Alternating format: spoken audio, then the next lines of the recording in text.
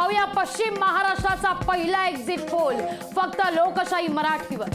तर पश्चिम महाराष्ट्रामध्ये भाजपला 2 जागा मिळताना दिसताय। शिंदेच्या शिवसेनेला 1, राष्ट्रवादीला 1, तर काँग्रेसला 2 जागा या ठिकाणी मिळताना दिसतायत आणि शिवसेना युबीटीला 2 जागा, तर राष्ट्रवादी शरदचंद्र पवार पक्षाला 3 जागा। सगळ्यात मोठा पक्ष म्हणून पश्चिम महाराष्ट्रामध्ये राष्ट्रवादी शरदचंद्र पवार पक्ष येताना दिसून येतोय। वंचितला याही ठिकाणी एकही जागा नाहीये, अर्थात भोपळा मिळताना दिसतोय आणि इतर पक्षांमध्ये 1 जागा या ठिकाणी विशाल पाटीलच ते असावे, त्यांना या ठिकाणी मिळताना आपल्याला पाहायला मिळते। अशा पद्धतीचा पश्चिम महाराष्ट्राचा आहे एक्झिट पोल आपण सगळ्यात आधी लोकशाही मराठीच्या माध्यमातून बघितलेला आहे आणि यानंतर महाराष्ट्राचा एक्झिट पोल नेमका काय सांगतो ते आपण बघूयात। लोकशाही मराठीचा हा एक्झिट पोल आहे। लोकशाही मराठीनं लोकांच्या मनात नेमकं काय आहे, त्यांच्या मनातला खासदार काय आहे याविषयीचा अभ्यास केला होता आणि त्यानंतरचे हे एक्झिट पोल आपण लोकशाही मराठीच्या माध्यमातून बघतोय। महाराष्ट्राचा एक्झिट पोल काय आहे ते बघणार आहोत लागली।